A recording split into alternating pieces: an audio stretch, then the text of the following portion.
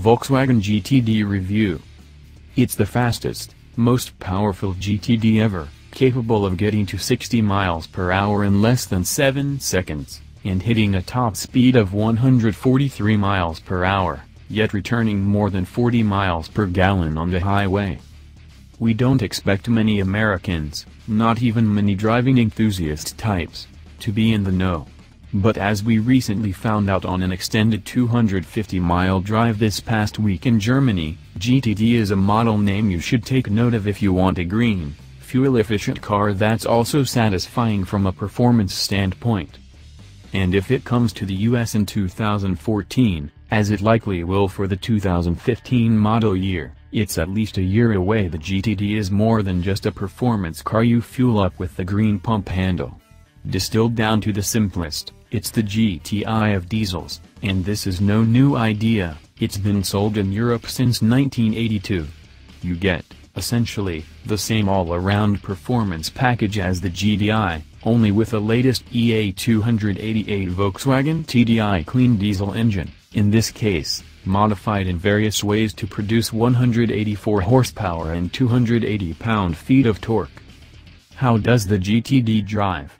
Mostly, like a GTI, and more athletically than any other diesel compact car we've been in, except, maybe, the limited production, and much pricier, BMW 335d from a few years ago. The GTD, like the GTI, takes advantage of all the weight savings in the new A7 version of the Golf, based on VW's MQB global architecture.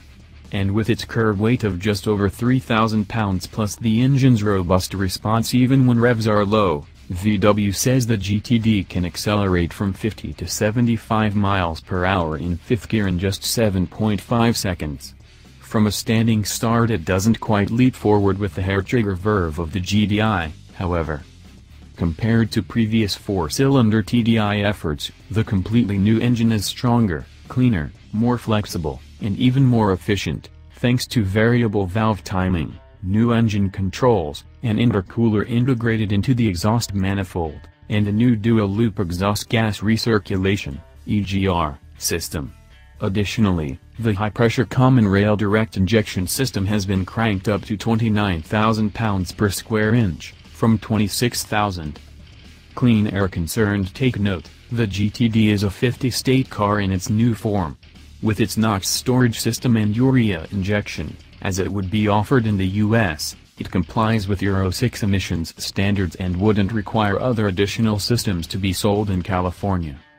Just like the GTI, the GTD includes an excellent variable ratio, progressive, steering rack, a two-stage electronic stability control system with escape sport mode, the XDS Plus electronic differential lock, helping to send extra torque to the wheel with the most traction, and dynamic chassis control, DCC.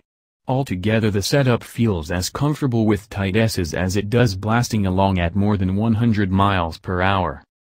In Europe it's offered with either a 6-speed manual gearbox or 6-speed DSG automated manual gearbox, as well as in 3 or 5-door form, as well as with loads of options. While GTD options for the US might be more limited, we hope VW offers both transmissions. While we emerged from our GTI drive soundly convinced that the DSG was the way to go, because it keeps the engine right on its torque curve, almost magically blipping through the gears, it's a little less deft with the diesel. The TDI still isn't a river, and that can affect the perceived performance, too. You'll probably want to shift well before the soft red line of 5,000 revolutions per minute, and it starts to feel a little flat above 4,000 revolutions per minute, peak at torque at just 1,750 revolutions per minute, and peak power is hit at 3,500 revolutions per minute.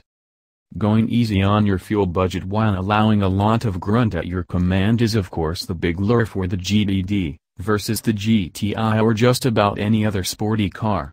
And while its 56 mile/gallon rating in the European cycle seems a little far-fetched, based on real-world results from our drive we can see the typical GTD driver, even one with a zealous edge, earning daily driving averages well into the 30s. At a steady 80 km/h, With the AC working hard on a hot day, the GTD returned about 50 miles per gallon, according to the trip computer, that dropped to about 42 miles per gallon at a steady 78 miles per hour, and as we found out on a stretch of open autobahn, maintaining a steady 200 kilometers per hour, 124 miles per hour, returns 22 miles per gallon, a figure we consider surprisingly good. At this point, the GTD is in the US product plan, but it's definitely not confirmed. VW of America vacillates about its plans for the GTD and the U.S. And based on a few discussions, it's apparent that it's not for the obvious reasons. With VW's mad success selling diesels, with about half of US Golfs already sold that way, nobody's saying that Americans wouldn't buy the GTD. Among concerns that surface after a little more discussion are questions like whether the GTD would cannibalize sales from other VW, or Audi, models, whether the GTD would confuse VW's green clean diesel messaging, or whether a new kind of green performance crowd that might make the jump. One issue we do see for the US is that Americans are going to weight the GTD against the GDI, and the current GTI is just so darn good. With gasoline direct injection pushing power and its peak torque accessible in the same low range as that of a diesel, the 2.0 TFSI in the GTI has more immediate response at lower revs than even this 2.0 TDI. Yes, some years back we never thought we'd be saying this. It's that added bit of lag you get with the TDI even in its sport mode, that makes it slightly less convincing in an enthusiast sense.